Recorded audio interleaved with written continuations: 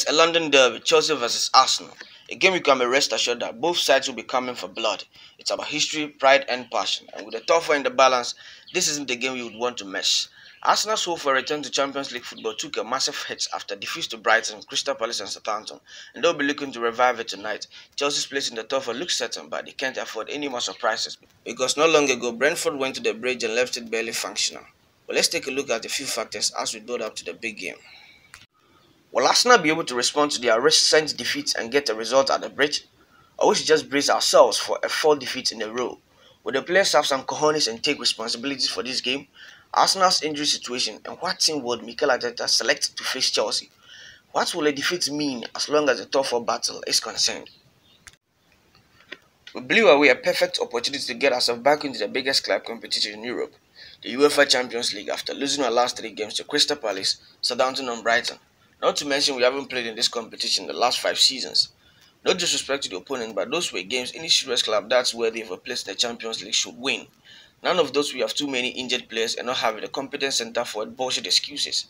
If we can't find a way to win games like that, how are we going to survive even in the Europa League? We put ourselves in the top spot and now we have a steep slope to climb. All we need to do is to handle it one game at a time, starting off with Chelsea tonight. It's a game we should win, but can we? On any day, Chelsea are always going to be a difficult game. Not to mention their current form and us not having all of our manpower. Arteta can't afford not to get his tactics right, else they might do to us what they did to Southampton, trashing them by 6-0 or worse. I am not confident, but at least let's get out of this in one piece. The manager cannot always be the only one taking responsibility for whatever happens on the pitch. It's a team job and they all need to man up and do their best, starting off by making the very few chances we create count. It's not every day you're going to have your way with teams and do as you please. It is a fact that we didn't play well enough in the last 3 games. But if we had taken our chances and defended like we should, those results could have been different. We can't afford not to drop any more points, therefore we must up our game because there's still all to play for. We are still missing some key players to injuries. KT is out until next season, Partey out until probably next season, and Tomiyasu, who has now returned to training.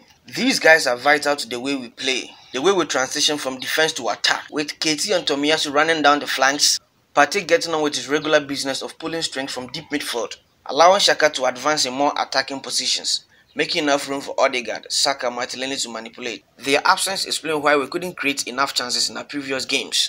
On Tomiyasu's fitness, this is what the boss said. Tommy is very close. Whether this game is going to be too early for him or not, again we will decide it today after the training session. Lacazette was also back in training, but it is still uncertain whether or not he will be in action tonight. And Thomas Partey has been busy working on his fitness. The man just wants to be back as quickly as he can. This is what the battle for the 3rd and 4th places looks like. Chelsea are 3rd with 62 points after 30 games. Spurs 4th, 57 points, 32 games played. Arsenal 5th, 54 points and 31 games. And then Manchester United, who are 6th, 54 points after 33 games. The battle is far from over and there's still all to play for, which is why Arsenal cannot afford to lose this game. It's not going to be easy though, but we still need to get those points by any means necessary. But if we lose, that's game over because we play Manchester United next. And it's a game nobody can guarantee a win, not even Mikel Arteta.